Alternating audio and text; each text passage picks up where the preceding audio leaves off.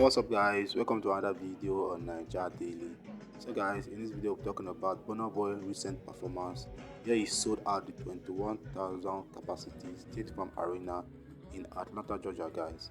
So guys, if this is the first time you are seeing this channel, I would like you to please kindly hit the subscribe button so as to be part of our journey guys.